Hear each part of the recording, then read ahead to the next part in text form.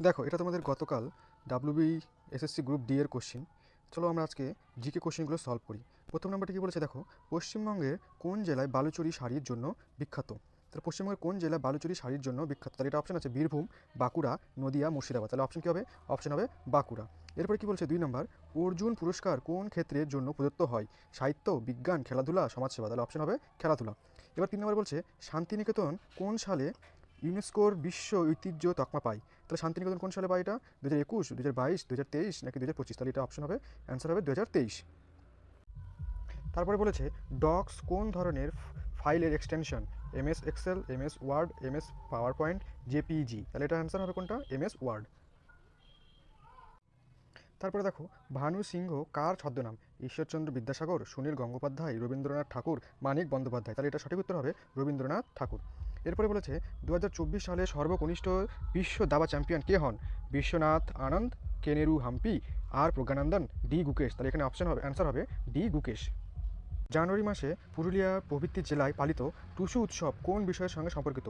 ফসল কাটার মরশুম, বসন্তের আগমন, নৌকা দৌড়, বৃষ্টির জন্য আচার। তাহলে এখানে সঠিক উত্তর হয়ে যাবে ফসল কাটার মরশুম, অপশন এ। এরপরে দেখো পরটা কি বলেছে, ব্যক্তিগত বিভাগে অলিম্পিক স্বর্ণপদক জয়ী করা প্রথম ভারতীয় কে?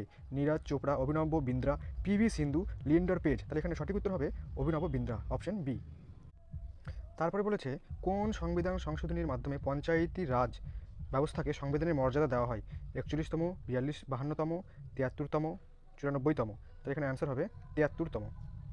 পরের কোশ্চেন কি বলেছে, ভারতের মুখ্য নির্বাচন কমিশনারকে কে নিয়োগ করেন? প্রধানমন্ত্রী, সুপ্রিম কোর্টের প্রধান বিচারপতি, রাষ্ট্রপতি নাকি রাজ্যপাল? তাহলে এখানে সঠিক উত্তর হবে অপশন সি, রাষ্ট্রপতি। পরের কোশ্চেন কি বলেছে, ভারতের প্রথম মানচিত্র কে তৈরি করেন? Robert Clive, Warren Hastings, James Rennell, Thomas Babington Macaulay. তাহলে সঠিক উত্তর হবে সি, জেমস রেনেল।